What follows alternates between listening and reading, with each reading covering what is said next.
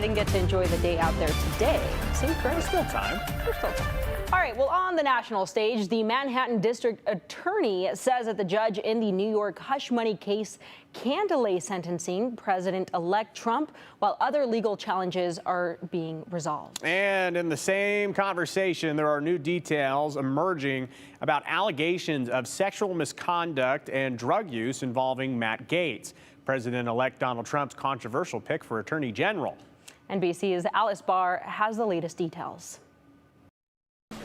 Faced with the unprecedented entangling of President-elect Trump's legal and political lives, prosecutors today saying his sentencing in the New York hush money trial should be postponed, while the Trump legal team seeks to have the case dismissed based on the Supreme Court's ruling on presidential immunity and his impending return to the White House. Manhattan prosecutors underscoring that a jury already convicted the president-elect of falsifying business records to cover up an alleged sex scandal. We didn't do a thing wrong. Signaling they would fight any effort to throw out the conviction. Still, a Trump spokesman calling this a total and definitive victory for President Trump and the American people who elected him in a landslide.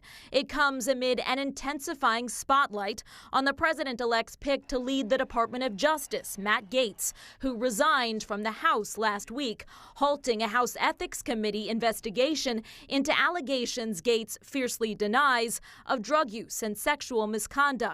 NBC News spoke with the attorney for a woman who he says testified before the committee that she witnessed Gaetz having sex with a 17-year-old girl at a party in 2017. She testified that her belief was that Representative Gaetz had no knowledge that she was under 18. The House Ethics Committee set to meet tomorrow on whether to hand over its report on a now former member to senators tasked with deciding whether Gaetz should be confirmed for Attorney General. There needs to be legitimate vetting.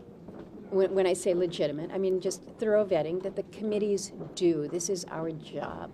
This is the role of advice and consent. The Justice Department ultimately chose not to charge Gaetz, and his spokesperson calls the allegations baseless and intended to derail the second Trump administration. In Washington, Alice Barr, NBC News.